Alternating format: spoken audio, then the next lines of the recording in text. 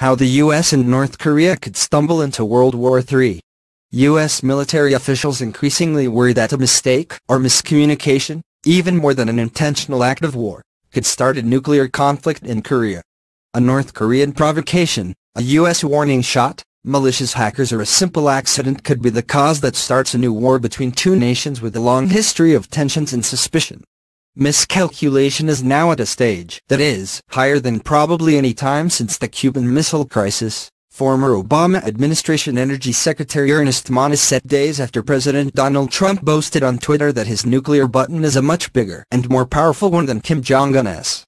These are some of the potential scenarios that most worry former nuclear commanders, policymakers, and experts on Korea. A pure accident. A common fear of escalation is rooted in the oft-violent history of the Korean standoff, which dates back to the 1953 armistice that halted the 3 years of fighting in the Korean conflict. The two sides have come to blows or awfully close countless times in the decades since then, often by pure accident, in the words of Michael Mazar, who served as special assistant to the chairman of the Joint Chiefs of Staff from 2008 to 2010 and is a specialist on the Asia-Pacific. In one prominent case, a U.S. Army helicopter strayed across the demilitarized zone between North and South Korea and was shot down in 1994, killing one crew member. In other cases, the close proximity of opposing militaries positioned just across the demilitarized zone have come dangerously close to military confrontation by accident. For example, in 2003 4 North Korean fighter jets buzzed in an armed American spy plane over the Sea of Japan, coming within 50 feet of the U.S. aircraft. In 2015, 2 South Korean soldiers stumbled on landmines planted near the DMZ by the North, and both sides separately exchanged mortar and artillery fire. North and South Korean forces also exchanged gunfire just last month when a North Korean soldier defected to the South. Given the current tensions on the peninsula, any type of mishap or misstep could escalate quickly, numerous experts say.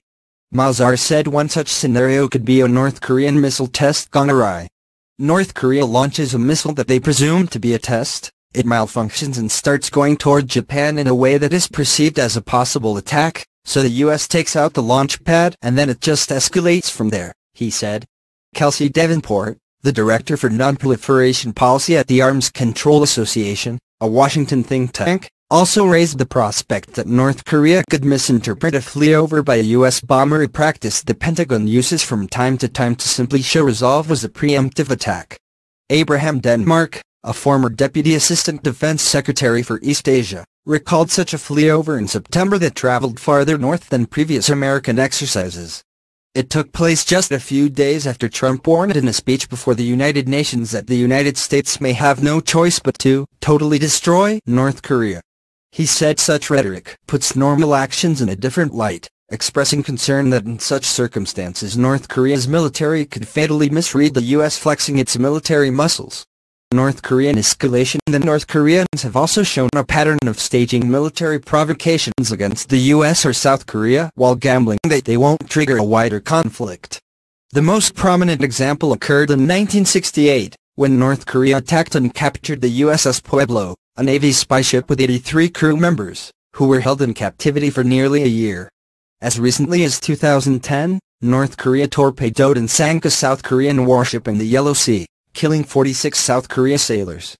Given the rhetoric on both sides of the DMZ, where the United States has nearly 30,000 troops, many experts fear that such a provocation could now more easily devolve into something far larger. They could make the miscalculation and something like 2010 happens again, said Denmark, who is now director of the Asia program at the Wilson Center, a Washington think tank. I believe the U.S. and South Korean actions would be very different than 2010. A limited U.S. strike. Mazar says the most likely route to a big war is a decision by the United States to take military action it believes will be small. Indeed, more hawkish voices in the United States have been talking up the value of launching a preemptive U.S. military strike, what some news reports have called a bloody nose attack to curtail North Korea's advancing nuclear program. That has set off alarms among numerous North Korea experts that the Trump administration may not fully think through the implications.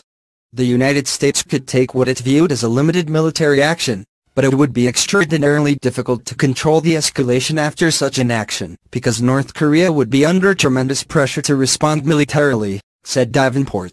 North Korea, despite its large army and advancing missile and cyber capabilities, also lacks the intelligence skills to reliably gauge a relatively limited U.S. assault on its own.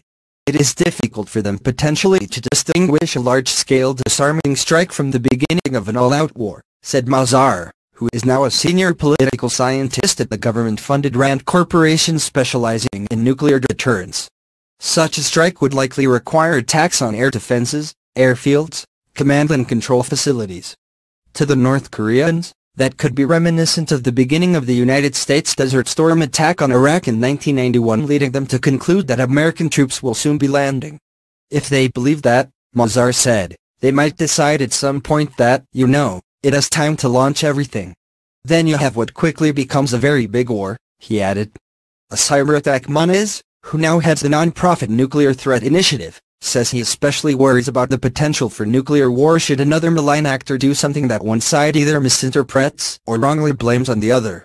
Examples could include a hacker infiltrating North Korean or American communication systems, inputting false data or rendering them inoperable, and feeding suspicions that a full-blown attack is imminent.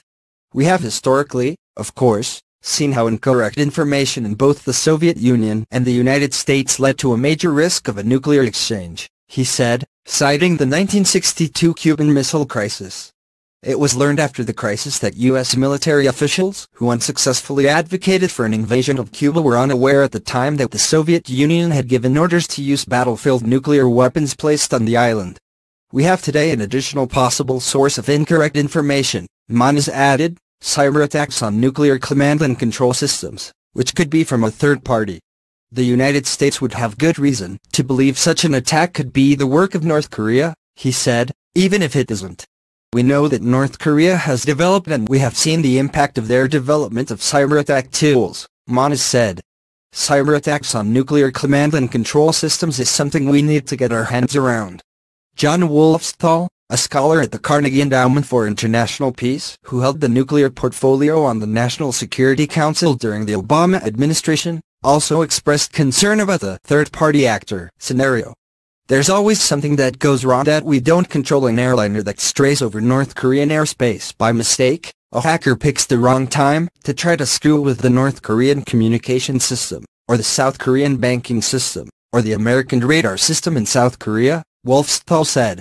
Taunts without talking. Trump's latest tweet, which responded to Kim's claim on New Year's Day that a nuclear button is always on my desk, alarmed people throughout Washington and foreign capitals, especially in South Korea, which swiftly sought to open up a new dialogue with its outlaw neighbor.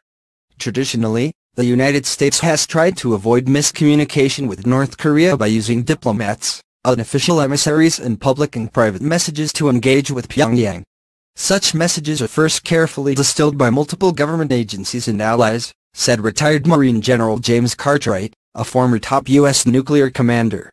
But with Trump and Kim, he said, you are dealing with two people who are matching wills. And Trump is doing it via Twitter. It is pretty hard to go to all-out war, Cartwright added. But it is real easy to miscalculate in those kinds of one-versus-one dialogues. After the latest round of tweets, top Trump administration officials once again stressed publicly that they would far prefer a diplomatic solution to North Korea's nuclear ambitions. So did the United States Pacific Command, which would have to fight such a war, telling Politico that diplomacy continues to remain the preferred course of action toward a peaceful denuclearization of the Korean peninsula. The Trump administration has also taken a step that could ease tension somewhat, announcing Thursday it will delay an annual military exercise in the region until after the upcoming Winter Olympics in South Korea. North Korea has denounced those exercises as threatening. Even so, a blunder into war always remains possible, because U.S. and allied intelligence agencies understand little about North Korea and its leaders, and because their militaries communicate only rarely. The challenge here is how little we know about what North Korean senior leaders actually think, what they believe about U.S. intentions, what they are thinking on a day-to-day basis, Mazar said. They don't have the kind of published military doctrine that you could look at with Russia or China to sort of say how would they react to certain circumstances.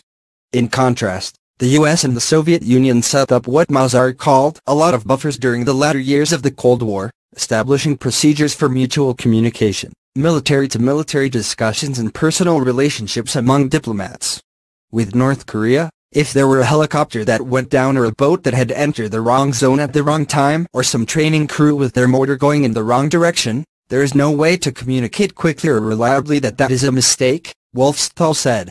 He added, when we make outlandish threats, the North Koreans are going to be a little more on edge, and they have a very strong incentive to use their nuclear weapons first. The threats that Trump and Kim are lobbing add the necessary fuel to an already dicey situation, say those with direct experience managing the U.S. nuclear arsenal. Words matter, said retired Air Force General C.